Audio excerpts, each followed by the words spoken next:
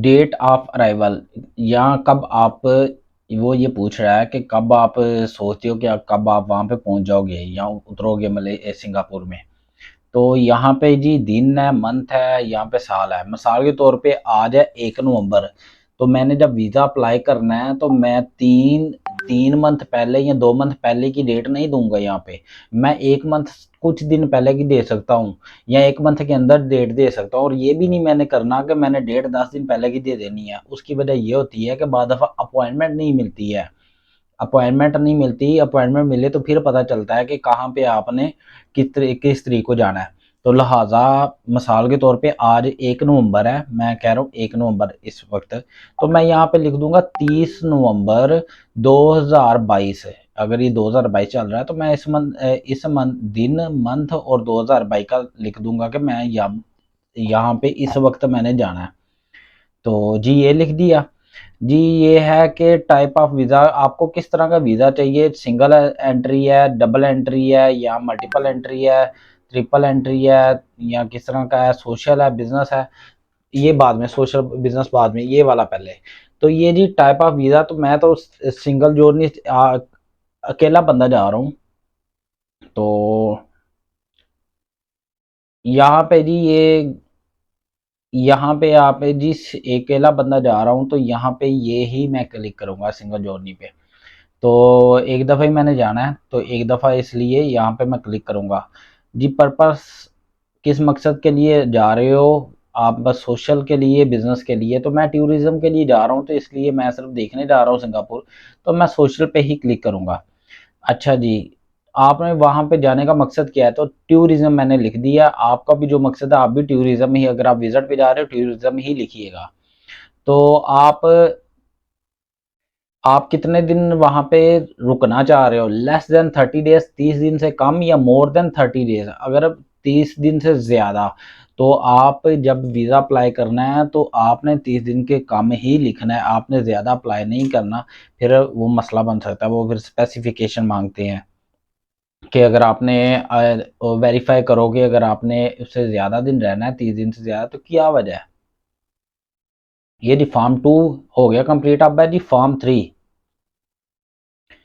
Where you will be staying in Singapore. आप Singapore में कहाँ पे रहोगे।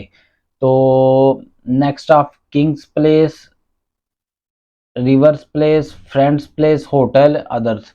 किसी, यानी कि अगर आप मेहमान जा रहे हो किसी बड़े आदमी के पास, तो उसका मतलब लिख सकते हो कोई रिश्तेदारों के पास जा रहे हो तो वहां पे क्लिक करोगे। अगर आप किसी दोस्त के पास जा रहे हो तो यहाँ पे क्लिक करोगे। अगर होटल में जा रहे हो तो यहाँ पे होटल लिखोगे। या कोई और प्लेस है जहाँ पे आप जा रहे हो, कोई इदारे के पास जा रहे हो, तो यहाँ पे उसका वेरीफाई करोगे कि ये आपने क्या लिखना, आप उसको लिख के दोगे कि कहाँ पे जा रहे हो। अच्छा जी, ये है एड्रेस, जिस जगह पे जा रहे हो। मैं तो होटल जा रहा हूँ, तो मैंने होटल पे क्लिक किया था। यहाँ पे है जी एड्रेस, कहाँ पे जा रहे हो।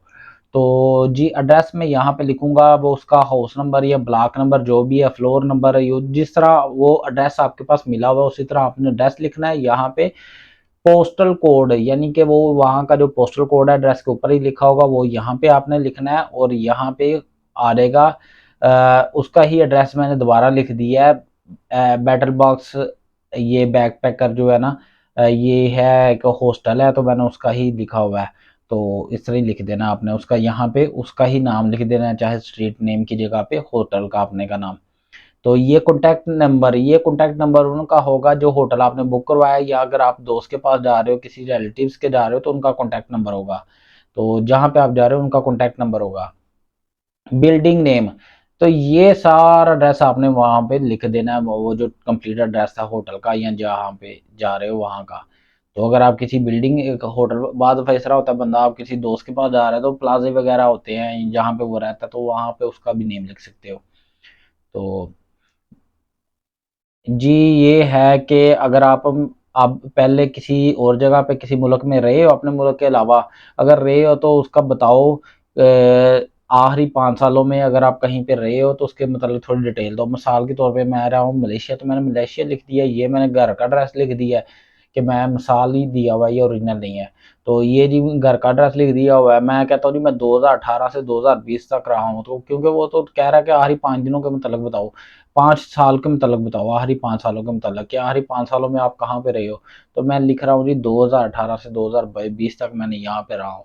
तो जो ओरिजिनल अगर आप रहे हो तो वो आपने लिख देना है। इसके अलावा और कंट्रीज में रहे हो तो उनका भी लिख देना। अगर आप कहीं नहीं रहे तो यहाँ पे इसको नो पे क्लिक करके छोड़ देना है। Relationship of travelling company, detail of travelling companies, ये जी 12 साल से नीचे जो होगा वो बच्चा ही जाना जाएगा। अगर आप 12 साल से ऊपर है तो वो बच्चा नहीं होगा, वो बड़ों में माना जाएगा। तो अगर 12 साल से नीचे है तो उसकी सारी डिटेल आएंगी। अगर आपके साथ कोई बच्चा बुच्चा जा रहा है तो उसकी डिटेल्स आएंगी, वो जी आपके बच्चे के क्या रिलेशंस हैं, नाम है, आपके साथ क्या ताल्लुकात है, उसका नाम होगा, डेट ऑफ बर्थ होगी, वो बेटा है बेटी है, वो जो बाकी नेशनलिटी वगैरह सारा उसके यहाँ पे पासपोर्ट नंबर वगैरह, ये उसकी डिटेल्स आ जाएगी। उसके बाद जी detail of local contact or company hotel in Singapore, ये है वही डिटेल्स यहाँ पे आएगी जो होटल वगैरह की है। तो यहाँ अगर आप वहाँ पे किसी के पास जा रहे हो, मिसाल के तौर पे आपने लेटर ऑफ इनविटेशन बनाया हुआ है, यहाँ जैसे मैंने पीछे वीडियो बनाई थी उसके मतलब बताया था कि लेटर ऑफ इनविटेशन है, लेटर ऑफ स्पॉन्सर लेटर है, या लेटर ऑफ इंट्रोडक्शन है, आपकी अम्बेसी की तरफ से आपको मिला हुआ है। आपने कोई नहीं सिंगापुर से कॉन्टैक्ट किया हुआ, सिर्फ अपनी अम्बेसी से बनाया हुआ है, तो उसके मतलब ये डिटेल पूछ रहा है। तो अगर आपको किसी ने कंपनी ने हायर किया सिंगापुर से आने के लिए, अगर आपको किसी ने मलेशिया से हायर की, सॉरी मलेशिया नहीं कह रहा, अगर आपने किसी दोस्त ने सिंगापुर से आपको हायर किया आने के लिए, तो यहाँ पे उसका नाम होगा, उसका कॉन्टैक्ट नंबर होगा, तो उसकी डिटेल होगी। अगर आप कुछ नहीं तो होटल जा रहे हो सीधा सीधा, तो यहाँ पे होटल का नाम आ जाएगा। तो यहाँ पे जी उसका नीचे एड्रेस भी लिख सकते हो आप। Relationship of company hotel to, यहाँ पे आपने अगर आप होटल जा रहे हो तो कस्टमर लिख देना, अगर आप दोस्त के पास जा रहे हो तो आपने फ्रेंड लिख देना, अगर आप किसी और के पास जा रहे हो तो रिलेटिव्स के तल्लक आपने लिख देना है क्या डिटेल है। तो मैं कस्टमर ही लिखूंगा क्योंकि मैं एज ए कस्टमर जा रहा हूँ। कॉन्टैक्ट नंबर यहाँ पे मैंने होटल का एड्रेस लिख दिया है, यहाँ पे मैंने होटल की मैंने ईमेल लिख दी है। तो ये जी आखिरी हिस्सा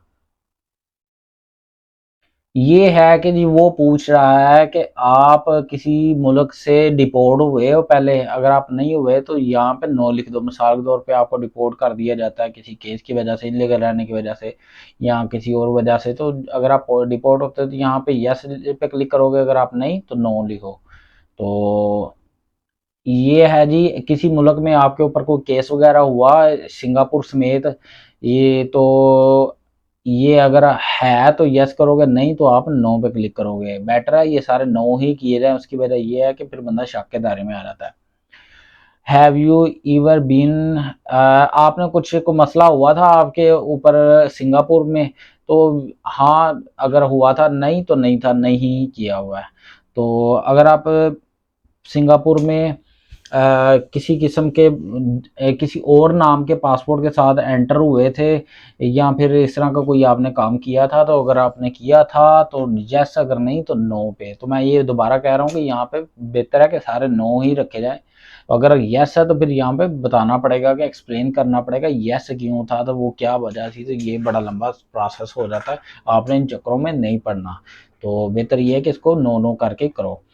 जी यहाँ पे आपके सिग्नेचर होंगे, यहाँ पे डेट छोड़ देनी है। डेट जाके आपने वहाँ पे जब एम्बेसी में जाके आपने डॉक्यूमेंट्स जमा कराने हैं तब आप डेट लिख सकते हो, वहाँ पे जाके डेट लिख दीजिएगा। तो यहाँ पे आपने सिर्फ इसको छोड़ देना है, छोड़ देना डेट को। तो ये है जी फॉर्म। तो ये इसकी शिक्के हैं, आप पढ़ भी सकते हो कि ये शिक्का है, ये शिक्का है, ये रूल्स है, ये रूल्स है। तो ये छोटा सा फॉर्म था। ये था जी इस वीडियो का पार्ट 2 फाइनल पार्ट। और इसके अलावा अगर आप खुद इस फॉर्म को फिल कर सकते हो अच्छी बात है। अगर आप हमारी टीम से इस फॉर्म को फिल करवाना चाह रहे हो तो इसका मैंने व्हाट्सअप नंबर दे दिया हुआ है डिटेल में, डिस्क्रिप्शन में।